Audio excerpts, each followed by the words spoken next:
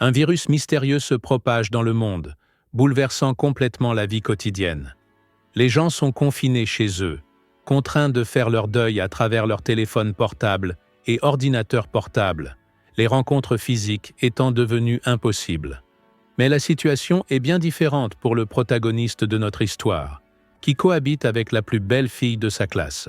Alors que les cours académiques se déroulent désormais en ligne, la beauté en question le taquine avec espièglerie. Il se demande frénétiquement si une certaine intimité est inévitable lorsqu'on vit ensemble. À mesure que les taquineries continuent, le protagoniste se retrouve à émettre des bruits étranges. Bien qu'il se couvre la bouche pour se contrôler, il parvient tout de même à attirer l'attention du professeur. Sa magnifique compagne, Ashikawa, s'excuse pour la perturbation, expliquant que c'est la faute de son frère qui voulait son livre de référence. Elle parvient à satisfaire le professeur, qui décide de poursuivre la leçon. Une Ashikawa embarrassée murmure des excuses au protagoniste, le désignant comme Yoshino-kun, qui est encore en train de se remettre de sa gêne. Ashikawa est reconnue pour sa beauté à couper le souffle, avec des cheveux soyeux, une peau claire et de grands yeux attrayants. Ses lèvres bien dessinées sont généralement couvertes par un masque. La beauté époustouflante s'appelle Hoshikawa Haruka et appartient vraisemblablement à une famille d'élite. Elle est connue comme un ensemble complet, avec une intelligence qui égale sa beauté éthérée. En raison de sa popularité immense, elle est toujours entourée de prétendants, et Yoshino Kana pense toujours qu'elle est hors de sa portée. C'est pourquoi il reste sceptique quant au fait que la fille la plus en vue soit assise juste à côté de lui pendant le confinement. Cependant, il est assez perplexe face aux tentatives constantes de Ashikawa de se rapprocher de lui. Par exemple, lorsqu'il remarque que l'ordinateur portable ne fonctionne pas correctement, Ashikawa glisse instantanément sa tête vers l'ordinateur, frottant volontairement ses joues contre son visage pour trouver le problème. Il remarque nerveusement qu'elle sourit malicieusement en agissant ainsi. Il se demande si elle essaye de se rapprocher simplement pour voir sa réaction et profiter de toute la situation. Après un moment, elle annonce que le problème est résolu. Un Yoshino désemparé se frappe le front, estimant qu'il est contraire à l'éthique de toucher quelqu'un sans raison. Il pense sincèrement que s'il était une personne vulgaire, une fille aussi belle que Ashikawa ne serait pas en sécurité entre ses mains, donc elle devrait être reconnaissante qu'il soit un parfait gentleman. Ses pensées sont brusquement interrompues par une piqûre aiguë, et à sa grande surprise, cette fois, elle l'a piqué dans une zone sensible. Alors qu'il la regarde avec horreur, elle affiche un sourire serein et espiègle. Alors qu'elle rougit et tousse de manière significative, il se demande si elle se dévoile intentionnellement. Il essaie de chasser ses pensées indécentes, car elle peut être ignorante, et toute cette situation est une grande confusion. Il décide de confirmer ses doutes par lui-même et tire hésitamment sur sa jupe. Instantanément, il ferme les yeux, terrifié à l'idée de voir sa réaction. Il semble que Ashikawa soit frappée par la foudre, car elle rougit furieusement. Il lui demande anxieusement si elle va bien, et la tomate tremblante le rassure sur son bien-être. Il se gratte la tête avec détresse, pensant à préparer du thé chaud plus tard, ce qu'il ne peut pas attendre d'elle puisqu'elle est mauvaise avec les machines. Actuellement, ils vivent dans la maison de Ashikawa, où il est arrivé il y a 3 jours. Il y a 3 jours, un lycéen de 2e année, Yoshino, a été stupéfait de voir un grand avis devant son dortoir indiquant que les personnes non membres du personnel n'étaient pas autorisées à entrer. Un membre du personnel l'a informé qu'ils avaient trouvé une personne infectée à l'intérieur et que le concierge devait désinfecter toute la zone. Un Yoshino perturbé a été informé qu'il ne pourrait pas entrer dans le dortoir pour une période indéfinie, car il serait fermé à partir de ce jour-là. Il a crié de détresse à propos de ses affaires qui étaient encore piégées dans sa chambre. Le membre du personnel l'a informé que tous les membres du dortoir avaient été évacués vers leurs villes natales respectives, car une catastrophe surviendrait si l'infection se propageait rapidement en grand nombre. Le membre du personnel avait malheureusement oublié d'informer Yoshino, car il était dans la salle du club en train de s'amuser avec l'ordinateur, complètement inconscient de la situation. Il a même appelé sa mère, mais elle lui a formellement interdit de rentrer à la maison à cause du risque d'infection. Même ses amis lui ont tourné le dos pour la même raison. Le pauvre Yoshino était dans une situation difficile, car il n'avait nulle part où aller. Il se dirigea vers un cybercafé, mais la gérante lui refusa poliment l'entrée, expliquant que les lycéens n'étaient pas autorisés après 22 heures. Il tenta aussi sa chance dans un restaurant et un bar karaoké, mais fut recalé à cause de son uniforme scolaire. En vérifiant son portefeuille, il constata qu'il ne lui restait que 20 000 yens, ce qui excluait toute idée d'hôtel. Le pauvre garçon n'eut d'autre choix que de s'allonger sur un banc de parc, sous le ciel étoilé. Il tenta de se rassurer en se disant qu'il pouvait survivre comme ça, vu que la température restait clémente. Soudain, il aperçut une silhouette s'approcher de lui. À sa grande surprise, ce n'était autre que sa camarade de classe, Oshikawa Haruka. Tous deux portaient un masque, si bien que seuls leurs regards se croisèrent dans un silence stupéfait. Ils détournèrent aussitôt les yeux, gênés par cette rencontre inattendue. Puis, sans prévenir, elle sortit son téléphone de son sac et se mit à le balancer dans tous les sens, comme pour le pointer vers le ciel.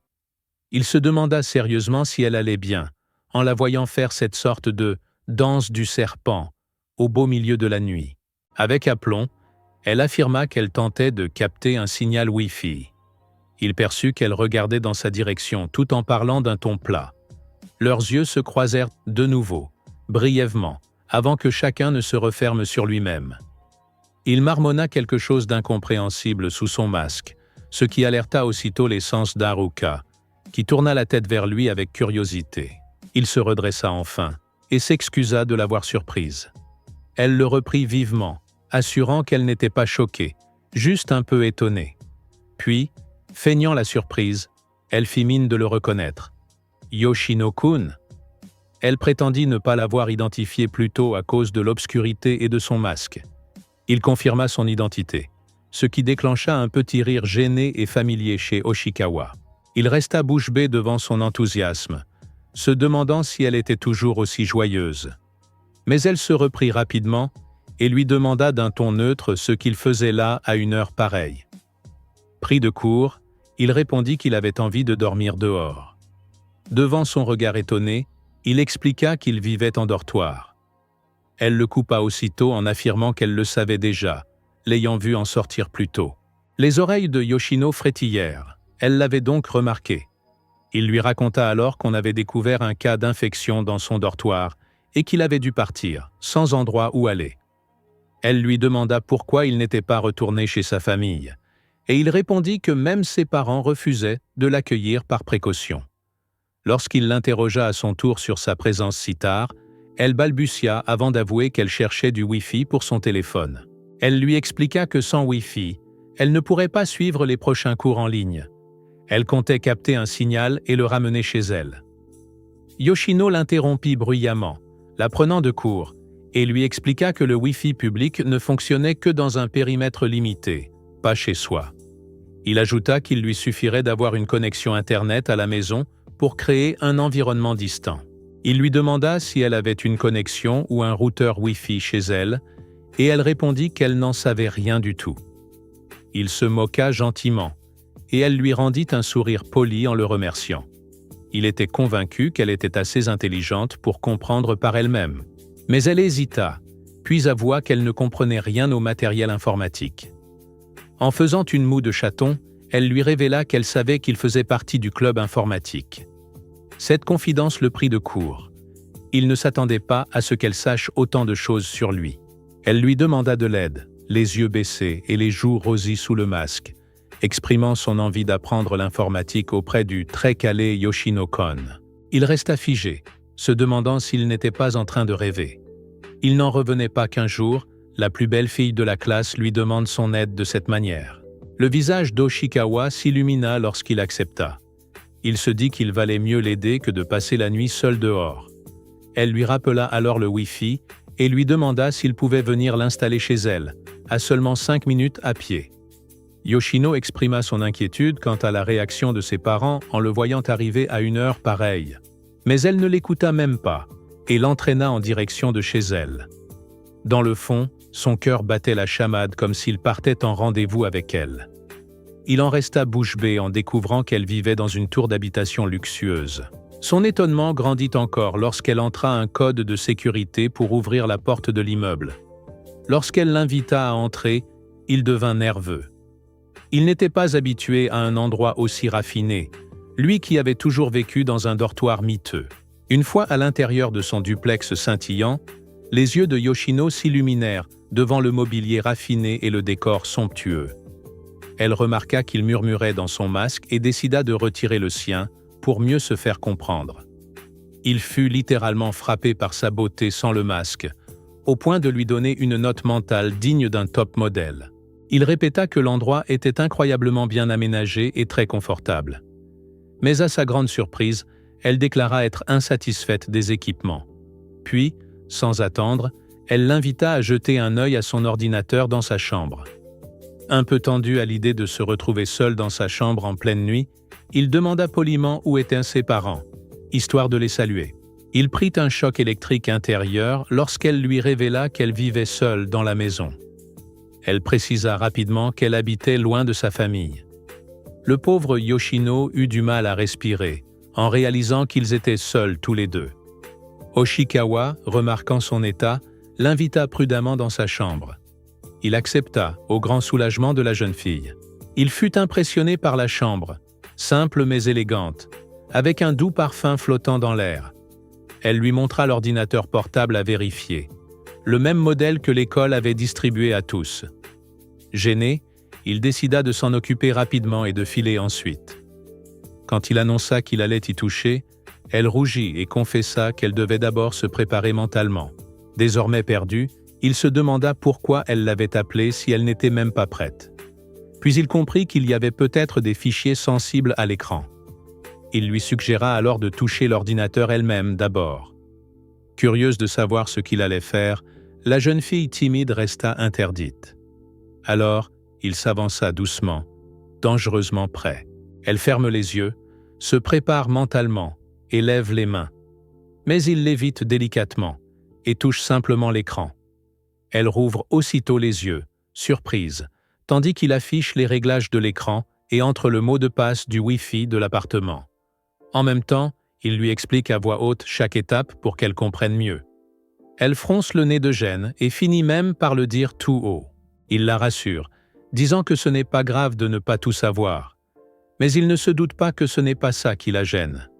Elle est troublée par ses propres pensées. Sans rien remarquer, Yoshino termine l'installation, ouvre le navigateur et confirme que la connexion fonctionne. Elle est impressionnée par sa rapidité. Il lui dit qu'à partir de maintenant, le Wi-Fi se connectera tout seul dès qu'elle allumera son ordi. Tandis qu'il tripote nerveusement ses mains, il s'apprête à partir. Mais elle l'interrompt avec inquiétude. Il est stupéfait quand elle lui attrape la main et le remercie avec chaleur. Il tente de banaliser le geste, demande la permission de partir, mais elle lui rappelle qu'il n'a nulle part où aller. Quand il dit qu'il va retourner dormir au parc, elle lui serre la main encore plus fort et s'inquiète qu'il tombe malade.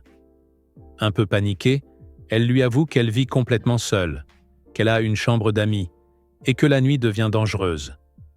Yoshino se demande en silence si elle est en train de lui proposer de rester ici, mais il n'ose pas confirmer, de peur d'abuser. Il s'excuse d'avoir trop traîné, ce qui la met aussitôt en rogne. Le crétin essaie encore de s'éclipser alors qu'elle lui fait comprendre qu'il peut rester. Yoshino commence à douter, ne voulant pas gâcher ses chances avec la plus belle fille de la classe. Mais avant qu'il ne réagisse, elle s'emporte en disant qu'elle est une vraie quiche avec les appareils, sauf peut-être le Wi-Fi. Elle le flatte en disant qu'il est un vrai pro comparé à elle, au moins côté technologie. Elle stresse parce que les cours en ligne vont bientôt commencer et qu'elle ne saura jamais se servir de son ordi toute seule. Dans un élan incontrôlé, elle lui attrape la main et la frotte contre sa joue, un geste à peine voilé pour le supplier de rester. Il finit par lui demander s'il peut rester un moment, ajoutant qu'elle lui rendrait un immense service. Son visage s'illumine à sa réponse, ses yeux pétillent de joie, et elle l'accueille avec bonheur. Il est choqué quand elle déclare franchement qu'elle est ravie qu'il reste. Elle se reprend aussitôt et justifie sa joie en disant qu'elle pourra apprendre plein de choses sur les machines grâce à lui. Yoshino lui promet alors de l'aider autant qu'il peut. Alors qu'elle sourit, les joues rosies, il n'arrive pas à croire que cette beauté arrogante de sa classe soit aussi mignonne. Très vite, ils se promettent mutuellement leur soutien. À cet instant précis, Yoshino ne remarque pas l'éclat ambigu dans son regard. Et il ne soupçonne pas une seconde que tout cela soit calculé.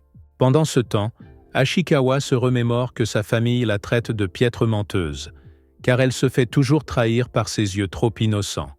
C'est un complexe qu'elle traîne depuis toujours. Mais ce soir, elle saute de joie intérieurement. Yoshino n'a rien capté. Elle se sent soulagée et reconnaissante. Désormais, elle va vivre avec lui. Elle regrette un peu d'avoir dû lui mentir. Car non, elle ne l'a pas trouvé par hasard dans le parc.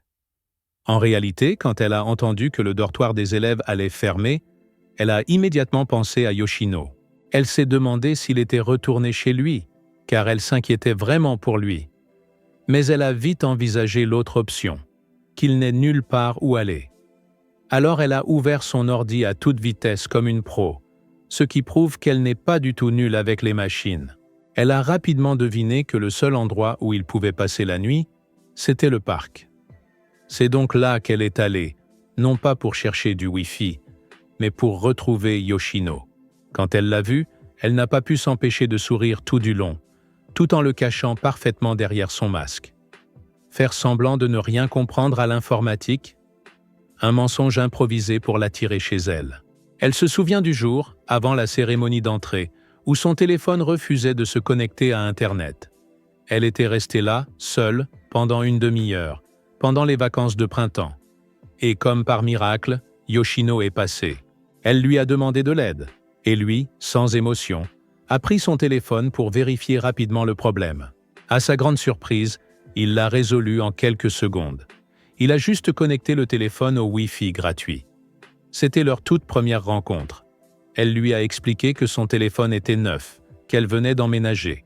En supposant qu'elle s'inscrirait peut-être dans la même école, il lui a proposé son aide en cas de besoin. Et là, coup de foudre pour Ashikawa. Quand elle l'a vu en classe après la rentrée, assis dans son coin, calme et réservé, elle est immédiatement tombée amoureuse. Mais elle ne peut pas lui avouer, elle est nulle pour mentir. Elle espère simplement qu'il saura lire ses sentiments dans ses yeux. Elle se perd dans ses pensées, son regard, son toucher, ses réactions. Son amour à sens unique grandit de jour en jour, et ce soir, elle a enfin réussi à l'attirer chez elle. Elle prévoit de le taquiner davantage pour observer ses réactions précieuses. Envahie par le désir de se rapprocher de lui, elle compte continuer ses petites manigances pour qu'il dépende d'elle. Quand il a failli la toucher tout à l'heure, son cœur a failli exploser. Rien que d'y penser, elle a des frissons. Mais elle se ressaisit, déterminée à relever ce défi, se rapprocher de lui. Avec le temps compté avant la levée de l'état d'urgence, elle veut passer le plus de temps possible à ses côtés. Elle compte créer des situations où Yoshino ne pourra qu'accepter sa présence, tout en restant subtil et sans le brusquer. En mettant tout sur le dos de Yoshino, c'est lui qui m'a charmé. Elle décide de le pousser à faire le premier pas, tout en dissimulant ses mensonges et impulsions. Soudain, une idée diabolique lui traverse l'esprit, et elle rougit comme une pivoine. Et si elle tentait de se glisser dans le lit de Yoshino? Mais ce serait risqué. Il flippe déjà rien qu'à l'idée de vivre sous le même toit. Yoshino s'agite dans son sommeil, dérangé par quelque chose de doux et moelleux qui effleure son bras. Il ouvre brusquement les yeux et découvre, stupéfait, Ashikawa blotti paisiblement contre lui. Il pousse un cri de surprise, la réveillant en sursaut. Elle se frotte les yeux et bâille, visiblement confuse par tout ce vacarme. La voyant ainsi, il lui demande, agité, une explication sur sa présence soudaine dans son lit. Elle lui répond calmement qu'elle est dans sa propre chambre. Yoshino réalise alors qu'en raison d'une urgence, il s'est retrouvé à vivre chez la plus belle fille de sa classe, Haruka Ashikawa. À sa connaissance, sa chambre est pourtant à côté. Il s'avère qu'épuisée, elle est entrée par erreur dans la mauvaise chambre. Elle s'excuse avec désinvolture et annonce qu'elle l'attendra pour le petit déjeuner. Lorsqu'elle s'éloigne, il tente de se remettre du choc qu'il vient de subir. Il remet en question ses actions de la veille, puis est intrigué de trouver des articles masculins dans sa salle de bain, au milieu de tout ce rose. Ces objets appartiendraient-ils à son petit ami, à moins qu'elle ne dirige secrètement un salon de toilettage masculin chez elle? L'idée le surprend quelque peu, car il l'a toujours considérée comme une jeune fille distinguée et correcte. Mais tout ce qui brille n'est pas or. Il se sent déplacé chez elle et espère ne pas être un fardeau pour elle. Hashikawa est surprise de le voir soudainement dans la cuisine, car elle n'a pas encore terminé le petit déjeuner. Cependant, le pauvre Yoshino grimace en voyant sa beauté. Il propose son aide, mais elle refuse, affirmant qu'elle a seulement besoin de cuisiner le repas. Alors qu'elle casse habilement les œufs dans le bol, il remarque ses compétences culinaires impressionnantes. Elle explique que vivant seule, elle doit avoir quelques connaissances en cuisine. Il s'inquiète de son incompétence en matière d'utilisation des appareils. Il est soulagé de voir qu'elle peut gérer une cuisinière et un micro-ondes. Soudain, son mensonge passé sur son incapacité à utiliser les appareils lui revient en mémoire. Elle s'empresse de dire qu'elle ne peut pas les utiliser, ce qui explique ses difficultés. Il se gratte la tête pensivement et éprouve de la compassion pour elle, pensant que cela a dû être difficile tout ce temps. Alors qu'elle force un sourire, la situation devient plus gênante avec le bruit fort du cuiseur à riz. Voyant son expression perplexe, elle intervient rapidement en disant qu'elle a réussi à faire fonctionner le cuiseur à riz avec une immense détermination. Un Yoshino suspicieux loue son effort acharné, mais elle est en difficulté, essayant désespérément d'aligner la situation gênante avec son mensonge. Finalement, elle s'incline, dissimulant la vérité inscrite sur son visage, et lui demande de lui apprendre à utiliser une cuisinière. Il pointe l'interrupteur de la cuisinière et commence à expliquer, mais elle l'interrompt, lui demandant de lui montrer à la place. À son grand désarroi, il se contente de riz garni d'un œuf cru, car les mendiants ne peuvent pas être des choix. Voyant son visage boudeur, il s'approche d'elle pour lui montrer comment utiliser la cuisinière. Ce faisant, leur corps se frôle. Inconsciemment, tous deux sont frappés par un éclair gigantesque. Yoshino rougit furieusement et détourne le regard, embarrassé. Elle remarque sa rougeur évidente, et il explique que cela pourrait être dû à la chaleur provenant de la casserole. Plus tard, Yoshino déguste le délicieux petit déjeuner préparé par Hashikawa, et elle est ravie de le voir l'apprécier. Il n'en revient pas de ce repas bien préparé malgré son incapacité à utiliser les appareils. Il se considère chanceux de savourer un tel repas délicieux. Il lui exprime sa gratitude pour l'avoir hébergé, nourri et vêtu. Elle le prend à la légère, mais il propose de payer les vêtements tout neufs. Il ne peut s'empêcher de demander si ces vêtements appartiennent à son petit ami. Sa question directe la vexe, et elle nie en avoir jamais eu. Elle affirme qu'elle achète ces vêtements pour des situations d'urgence. Un Yoshino plein de remords s'excuse pour sa précipitation. Elle révèle qu'il est la première personne qu'elle ait jamais laissé entrer chez elle. Il est immédiatement envahi par le regret d'avoir été trop brusque. Pour se racheter, il lui propose son aide pour tout ce qu'elle souhaite.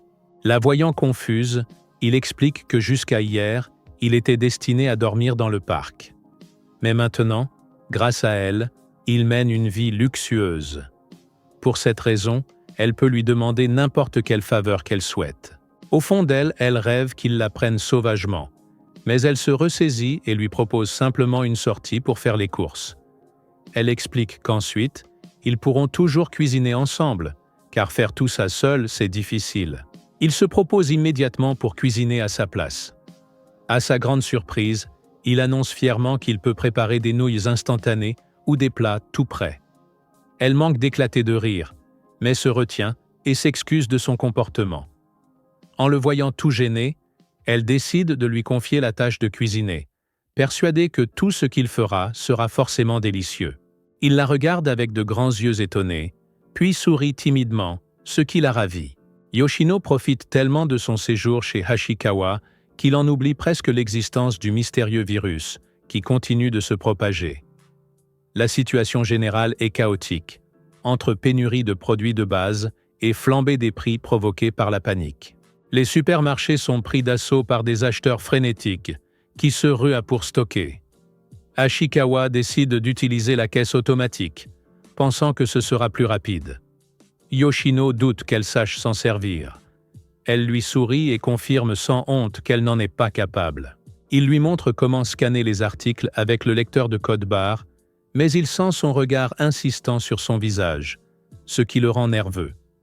Il lui demande s'il a quelque chose sur le visage. La maligne lui rétorque aussitôt qu'elle vérifie juste si son masque est bien en place. Ensuite, elle sort une carte noire de son portefeuille et annonce qu'elle va payer. Pour une débutante, elle passe la carte comme une experte. Il fait mine de ne pas avoir remarqué. En sortant du magasin, Yoshino remarque que les rues, autrefois animées, sont désormais étrangement calmes et désertes. Il a l'impression d'avoir été transporté dans un autre monde. Ashikawa remarque sa perplexité et lui demande s'il veut faire un détour. Il cherche en fait un endroit où la remercier, mais tout est fermé. Elle le rassure en disant qu'il n'a pas à s'inquiéter. Elle lui propose de recréer une ambiance de café à la maison. À un feu rouge, il lui montre le bouton piéton à presser. Lorsqu'elle avoue ne pas savoir, Yoshino lui explique sans émotion. Il se dit qu'elle a beau être la meilleure élève de la classe, elle reste humaine. Elle excelle dans certains domaines et a ses lacunes dans d'autres. Perdu dans ses pensées, ils arrivent à son immeuble et il lui demande d'appuyer sur le bouton de l'ascenseur. Comme toujours, elle joue l'ignorante, alors il lui montre. Elle le remercie avec malice. Rien ne lui semble étrange, jusqu'à ce qu'un éclair le frappe. Elle avait bien appuyé sur ce même bouton la première fois qu'elle l'a fait entrer chez elle. Il se souvient soudainement de ce détail. Petit à petit, tous les éléments du puzzle se mettent en place. Il réalise qu'elle l'a probablement manipulée. Il la fixe avec intensité et perçoit une étrange lueur dans ses yeux. Il est choqué mais détourne le regard et la félicite machinalement pour ses efforts, incapable de lui avouer qu'il a percé à jour son mensonge. Malgré tout, il est rongé par la curiosité. Pourquoi a-t-elle eu besoin de lui mentir?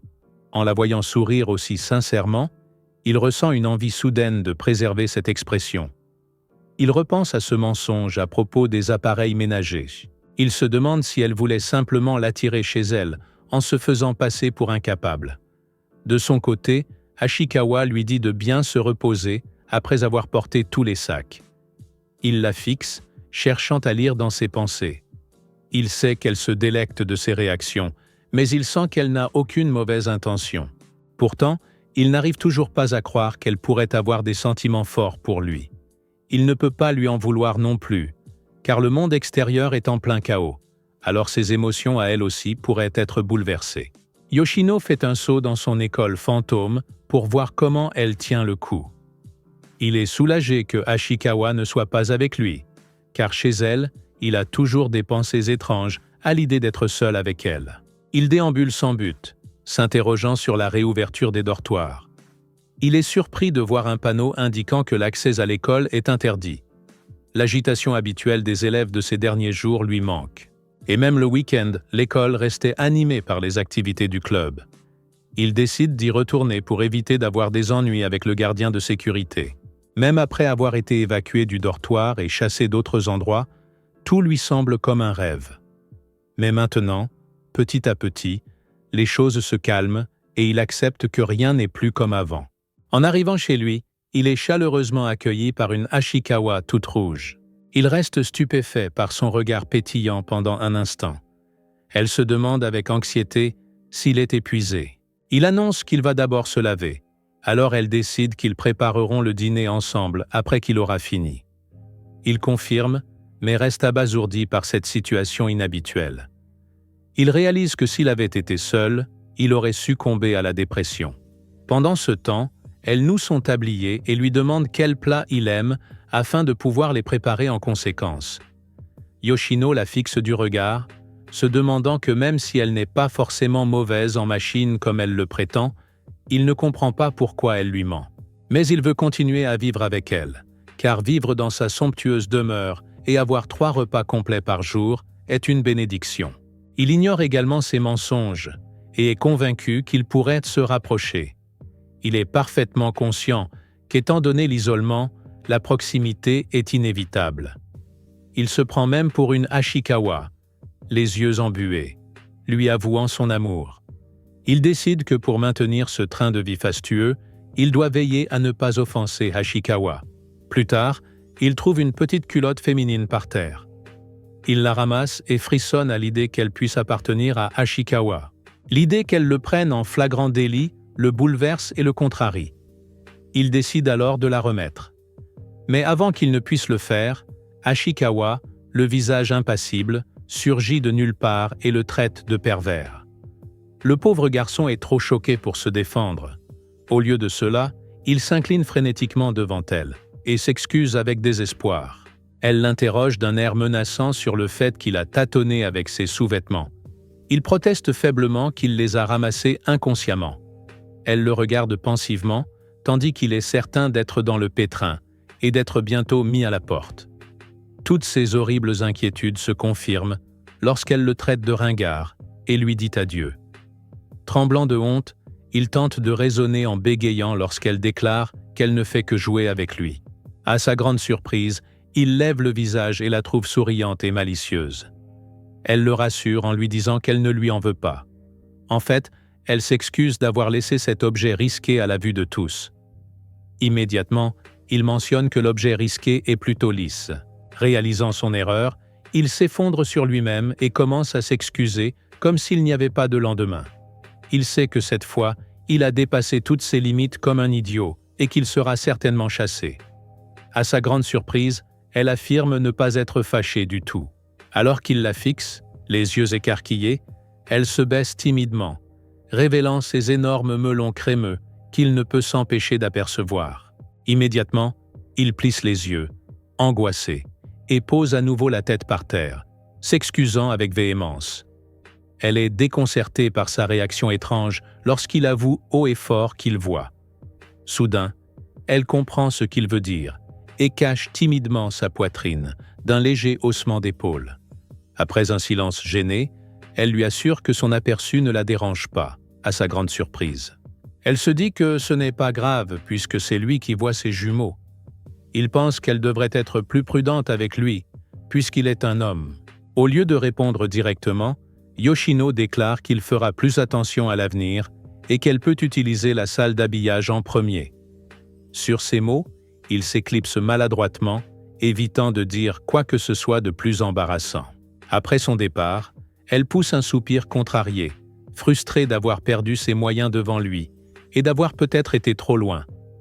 On découvre qu'elle avait intentionnellement laissé tomber sa culotte, mais maintenant elle le regrette, surtout en voyant combien cela l'a mis mal à l'aise. Elle se reproche d'avoir trop insisté en jouant la comédie pour le faire culpabiliser. Dans ce climat de confusion émotionnelle, le dimanche arrive. Mais Yoshino a un pressentiment. Ce ne sera pas un jour calme. Il se sent un peu mal à l'aise face aux tentatives répétées de Hashikawa de se rapprocher de lui, bien que cela n'ait rien à voir avec la distanciation sociale. Par exemple, elle fait semblant de ne pas comprendre pourquoi l'écran de son téléphone reste noir. Quand il confirme qu'il fonctionne, elle colle doucement sa joue à la sienne et lui demande d'observer attentivement pendant qu'il s'en occupe. Rouge jusqu'aux oreilles, Yoshino n'a pas la force de lui en vouloir. Il se dit que c'est peut-être ainsi qu'elle apprendra plus efficacement. Mais lorsqu'elle se penche, sa concentration est totalement brisée. Ensuite, elle se plaint que l'eau chaude ne coule pas. Elle saisit ses mains et lui fait sentir combien les siennes sont glacées. Avec un petit sourire malicieux, elle lui demande s'il peut lui prêter un peu de sa chaleur. Gêné mais docile, Yoshino la laisse lui tenir les mains, jusqu'à ce que l'eau chaude se mette soudainement à couler. Puis elle gémit que la lumière de la salle de bain est défectueuse. Mort de gêne, il se lève pour aller vérifier. Mais avant qu'il n'atteigne la pièce, elle se blottit contre lui avec un sourire radieux. Il remarque qu'elle cherche tous les moyens de s'accrocher à lui tout en feignant de vivre comme à l'âge de pierre. Cela le laisse perplexe. Il s'inquiète. Cette proximité pourrait finir par le faire craquer. Il tente par tous les moyens de garder son sang-froid et de rester maître de lui-même. Concernant la lumière, il prétend que le problème venait du câblage et qu'il a réparé ça, bien que tout ait toujours bien fonctionné. Il commence à paniquer intérieurement. Les choses lui échappent, et il doit à tout prix préserver sa tranquillité et celle de Hashikawa. Il prend donc la décision de mettre un peu de distance entre eux. Ce retrait le rend distant, et elle s'en rend bien compte. Depuis l'histoire de la lumière, il garde toujours une certaine distance ou file directement dans sa chambre. Elle réalise qu'elle en a trop fait et regrette son comportement précipité. Dans son bain, elle s'enfonce un peu plus dans l'eau, comme pour y noyer sa gêne. Mais soudain, une idée jaillit. Elle ne peut pas laisser les choses continuer ainsi. Peu après, elle s'approche timidement de lui pour lui demander s'il lui en veut. Avec un sourire un peu forcé, il lui répond que tout va bien. Mais elle tombe à genoux devant lui et lui avoue qu'il l'évite depuis quelque temps. Pris de court, il détourne les yeux et laisse échapper un « je pratique la distanciation sociale », ce qui n'est pas vraiment convaincant. En réalité, il tente simplement de se contrôler. Elle affiche une expression triste, disant qu'elle comprend. Il ne veut rien attendre d'elle malgré leur cohabitation. Il intervient aussitôt, maladroitement. « J'aimerais plutôt attraper quelque chose venant de toi. » Puis il regrette immédiatement cette phrase absurde. Soudain rassurée, elle s'approche dangereusement et lui dit qu'elle peut se coller à lui tant que ce n'est pas trop risqué. Elle insinue qu'un peu de proximité ne fera pas de mal. Yoshino ne sait plus quoi faire. Tous ses plans de mise à distance tombent à l'eau dès qu'elle lui adresse ce genre de regard.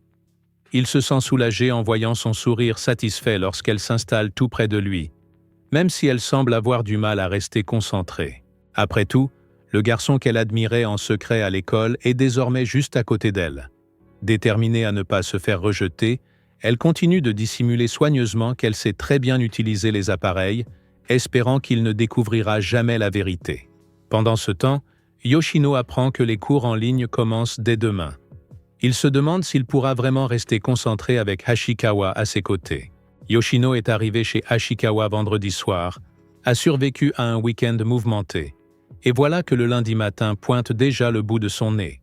Il réalise que le temps a filé depuis qu'il s'est installé ici. Lorsqu'elle bâille à moitié endormie, son cœur rate un battement. Cette fille ressemble à un ange dans cet état. Pendant qu'il se brosse les dents à ses côtés, il ne peut s'empêcher de penser à des choses interdites, en commençant par ses lèvres.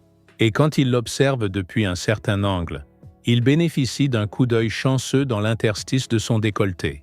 Rougissant, il détourne aussitôt le regard, luttant de toutes ses forces pour ne penser à rien. Mais c'est presque mission impossible.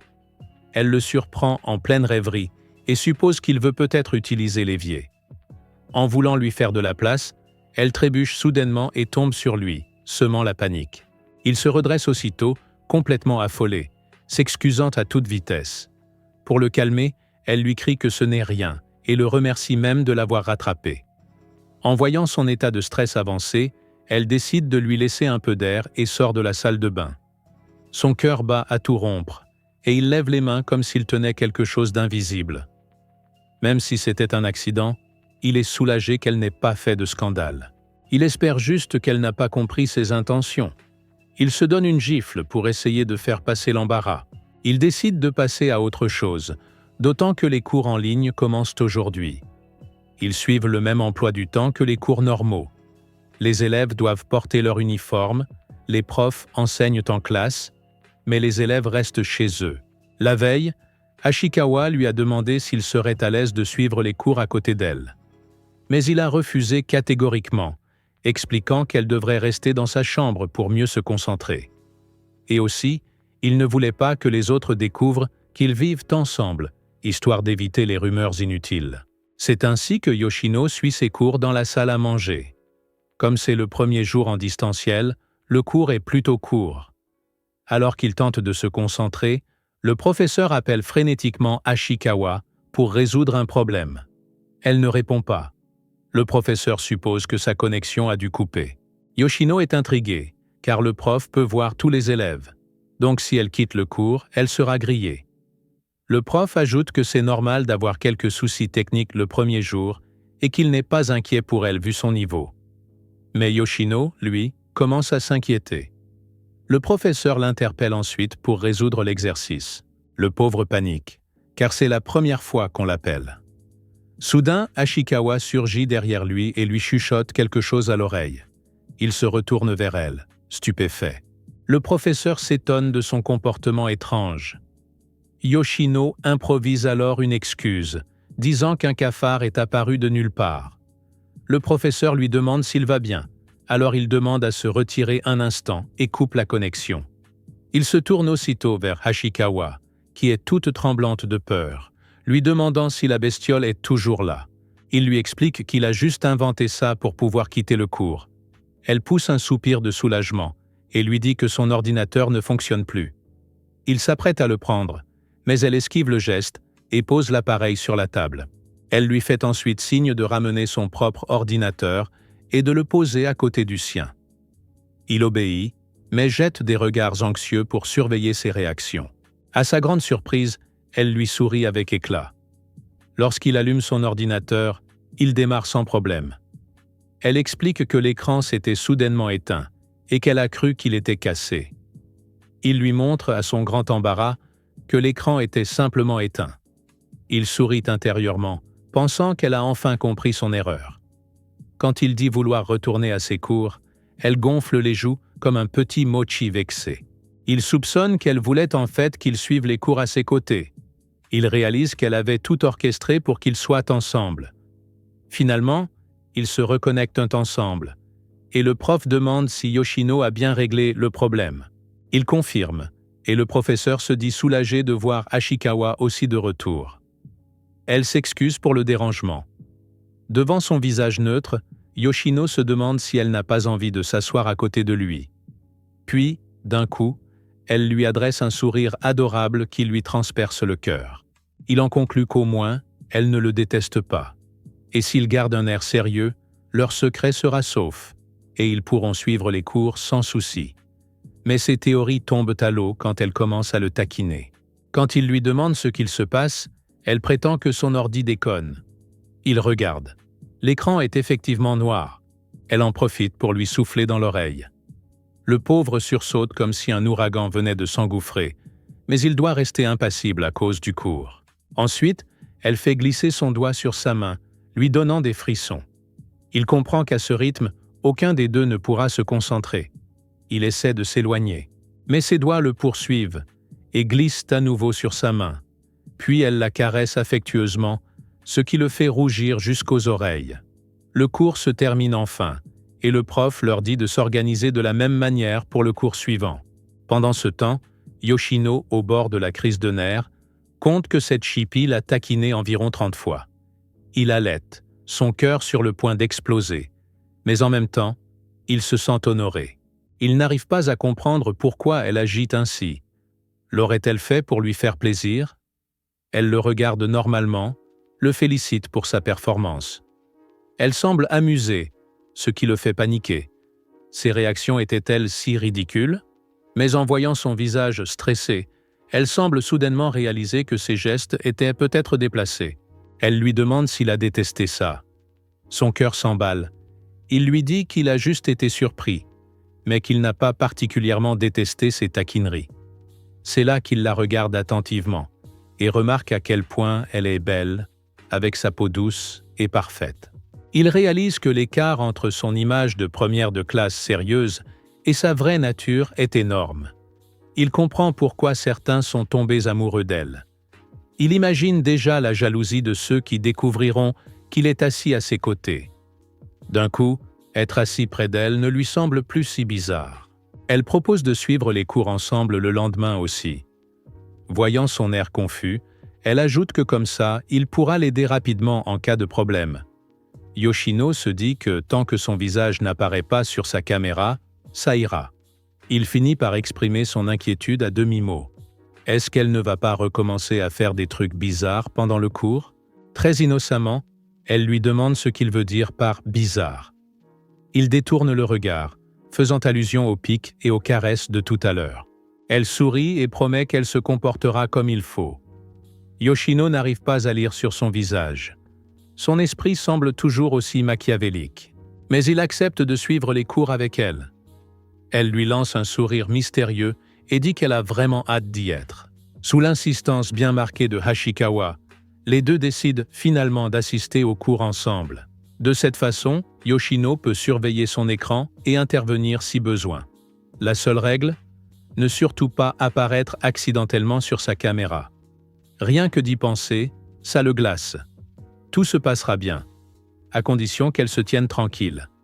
Quand le professeur l'interroge sur un exercice, elle répond calmement, avec assurance. Elle affiche le calme et la maîtrise d'une élève modèle. Il se souvient que c'était déjà le cas en classe. Et comme cela faisait longtemps qu'il ne l'avait pas entendu parler sérieusement, il trouve sa voix étrangement apaisante. Soudain, un énorme bâillement lui échappe, au grand désespoir du professeur. Pris de panique, Yoshino plaque sa main sur sa bouche. Il réalise que le micro de Ashikawa a capté le bruit. Trop détendu, il baisse sa garde. Une erreur. Il se ressaisit aussitôt. Les cours du matin finissent, les élèves ont une pause avant la reprise. Yoshino est vidé. Trop préoccupé par Ashikawa, il n'a pas pu se concentrer. Bien qu'il ait fixé l'écran, son regard dérivait sans cesse vers les poses captivantes de Ashikawa, notamment celle en S, qui le rend fou. Il a beau lutter, ses pensées le trahissent. Il est perdu dans ses rêveries quand elle l'interpelle, le faisant sursauter. Avec un naturel désarmant, elle lui demande ce qu'il compte faire pour le déjeuner.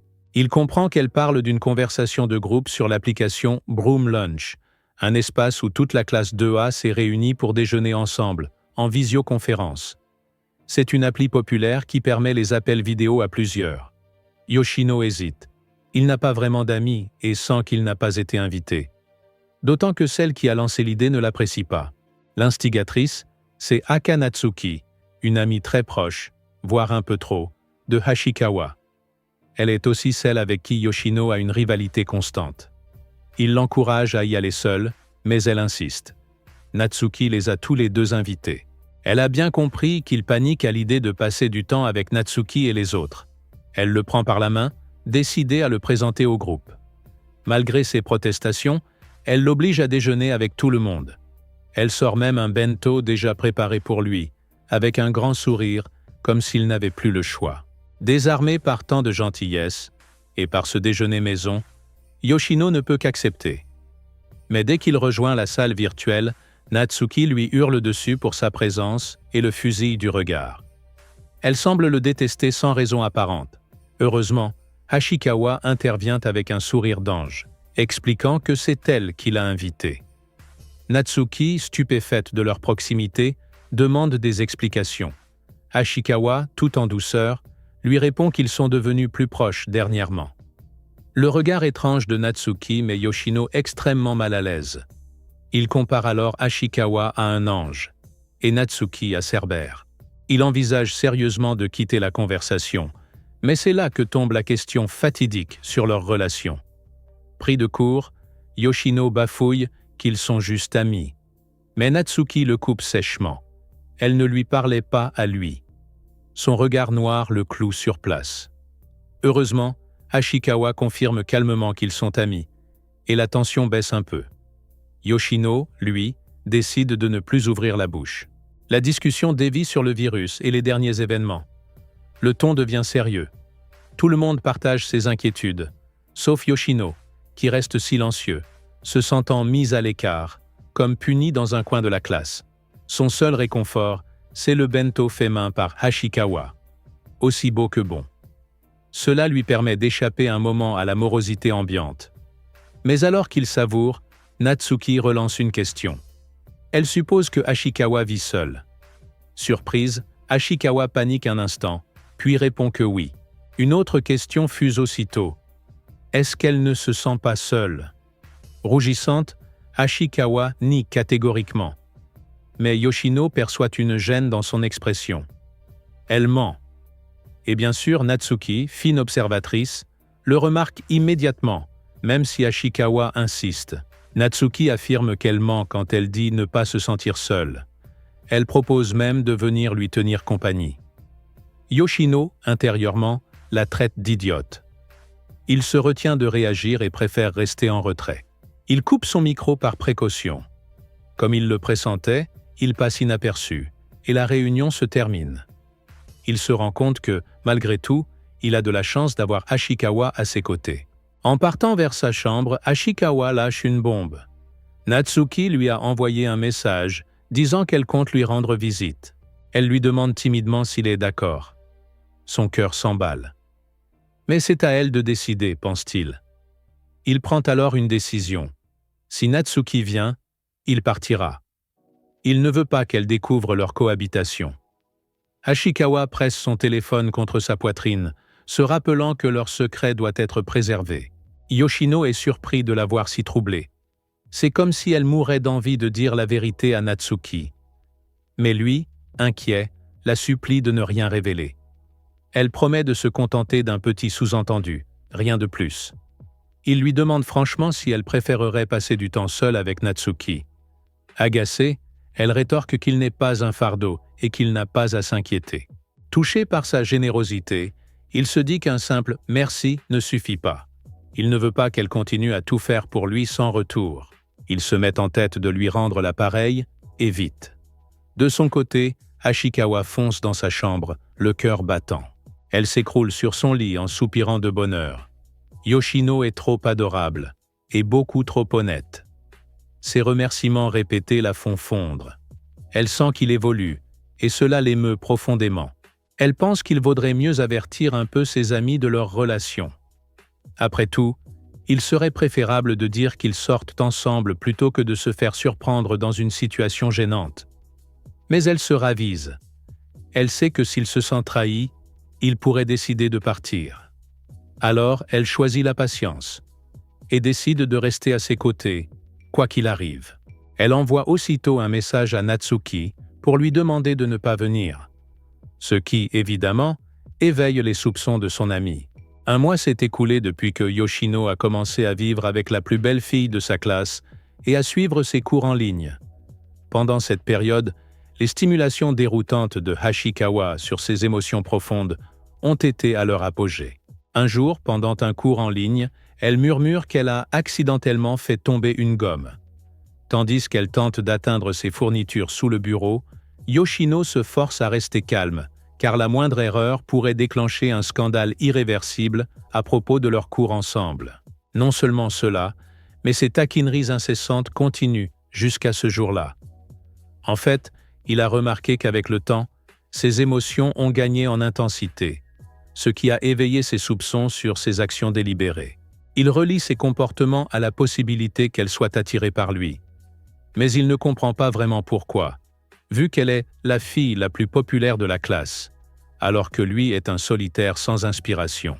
Néanmoins, il décide de ne pas gâcher sa vie actuelle, qui est plutôt agréable, en s'inquiétant inutilement, car le monde semble aussi se diriger vers l'incertitude.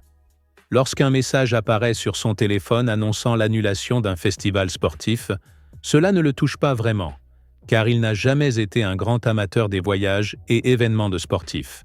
Mais il se sent chanceux de pouvoir passer ses journées de confinement avec Ashikawa.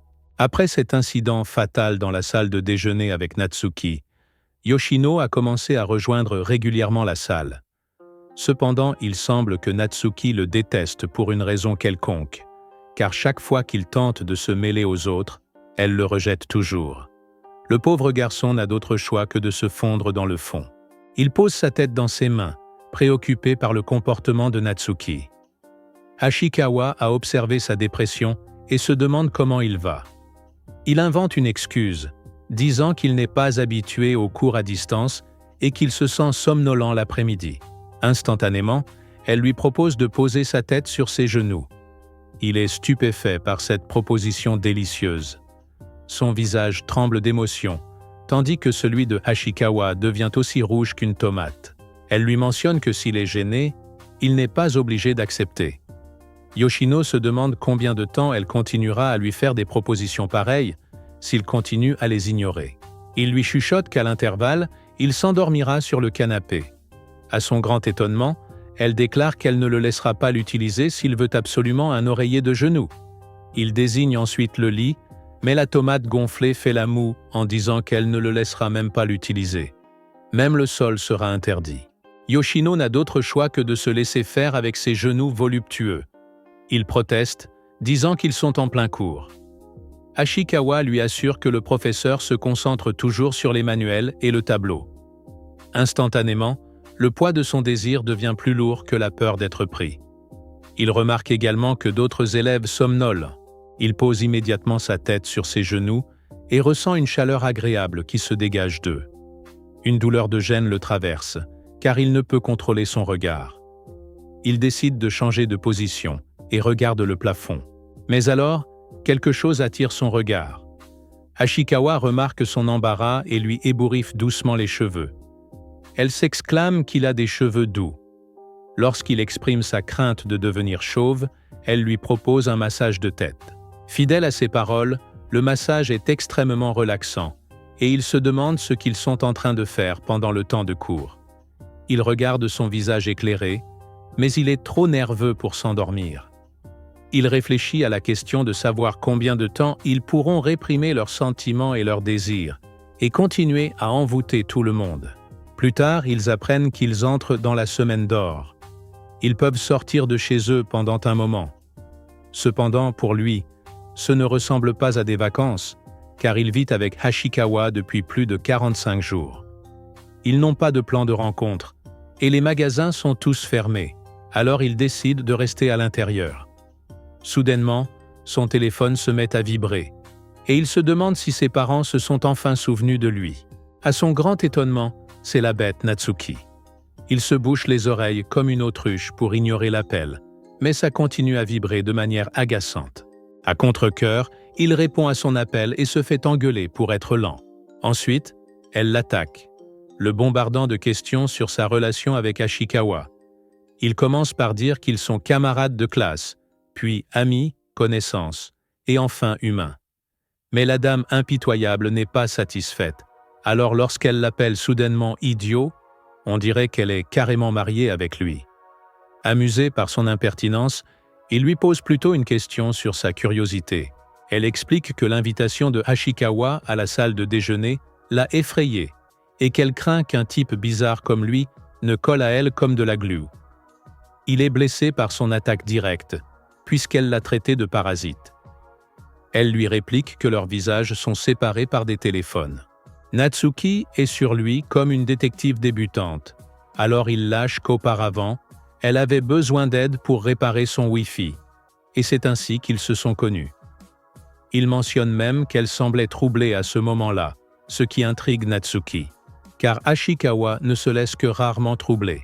Yoshino se souvient que Ashikawa n'avait que rarement demandé de l'aide en classe, sauf une fois avant la cérémonie d'entrée. Curieux, il lui demande comment elle est devenue amie avec Ashikawa, étant donné leur personnalité contrastée. Natsuki, prise au dépourvu, balbutie qu'Ashikawa l'a aidé à étudier et lui a permis d'entrer au lycée. Elle avoue qu'elle lui en doit beaucoup. Yoshino comprend que les deux filles ont partagé le même collège. Natsuki semble très possessive envers son amie, puisqu'elle affirme écraser ceux qui tentent de s'attacher à elle. Elle lui demande ensuite l'adresse de Ashikawa, et ce dernier, terrifié, tente de couvrir son mensonge en disant qu'elle vit seule près de l'école. Elle précise qu'elle veut connaître l'adresse de ses parents. Lorsqu'il fait semblant de ne pas savoir, elle raccroche soudainement et lui envoie un lien. Le lien le conduit vers la page d'accueil d'un grand hôpital dirigé par la famille de Ashikawa. Son père est médecin et président de l'hôpital. Il réalise qu'elle est bien plus riche qu'il ne le pensait. Vivant dans un somptueux manoir toute seule et utilisant de l'argent plastique pour faire ses courses. Mais tout ce qu'il dit, c'est qu'il est assez effrayant de gérer un hôpital en des temps aussi difficiles. Cependant, Natsuki avait d'autres intentions en lui révélant le passé de Ashikawa, car elle veut qu'il sache qu'une personne ordinaire comme lui n'est pas du tout à la hauteur de la magnifique princesse. Il lui assure qu'il est déjà au courant de cette différence, mais il ne comprend pas du tout le mépris absolu de Natsuki à son égard. Elle marmonne frustrée, puis elle crie violemment, lui ordonnant de rester loin d'elle et lui disant que lui parler la rend folle. Elle lui claque le téléphone au visage, et un Yoshino épuisé s'effondre sur le lit, pensant qu'il ne pourra jamais gérer Natsuki. Plus tard, lorsqu'il sort pour boire un verre, Ashikawa se demande d'où viennent les bruits de hurlements qui proviennent de sa chambre. Il compare inconsciemment la diabolique Natsuki à l'angélique Ashikawa, et sourit. Il révèle qu'il a reçu un appel de Natsuki. Il lui a assuré que lui et Natsuki ne sont pas proches, et qu'ils ne cherchent même pas à l'être. Son esprit est perturbé par la façon de penser de Ashikawa. Elle exprime ensuite sa curiosité sur l'appel de Natsuki. Il explique qu'elle voulait savoir quelle relation ils avaient. Il lui assure qu'il lui a dit rien d'autre que la vérité. Cependant, une Hashikawa déconcertée semble embarrassée, car elle voulait qu'il révèle quelque chose de plus épicé à propos de leur relation. Anxieux, il lui promet que la prochaine fois, il niera toute relation entre eux et les présentera comme de parfaits étrangers. Hashikawa, légèrement déçue, prend congé, laissant Yoshino confus. En la voyant dans cet état, il se demande s'il a dit ou fait quelque chose de mal. En attendant, ce qui s'est passé a dépassé les attentes de Hashikawa, car elle n'aurait jamais cru que Natsuki l'appellerait. Il est révélé qu'elle est apparue délibérément triste devant lui, ce qui l'a intriguée. Toute la situation est inversée devant elle, car il a commencé à se lier d'amitié avec d'autres femmes, malgré son indice clair qu'il y a quelque chose de sérieux entre eux. De manière possessive, elle veut être la seule à revendiquer son affection et son charme. Sinon, s'il se lie trop avec les autres, d'autres personnes vont le remarquer et en tomber amoureuses. Plus tard, elle se condamne pour être trop conservatrice et égoïste, mais elle veut posséder Yoshino-kun uniquement. Pour cette raison, elle doit empêcher Natsuki de découvrir qu'il vit avec elle. C'est un vrai dilemme, car elle est partagée. Elle veut exposer leur relation tout en gardant Yoshino pour elle.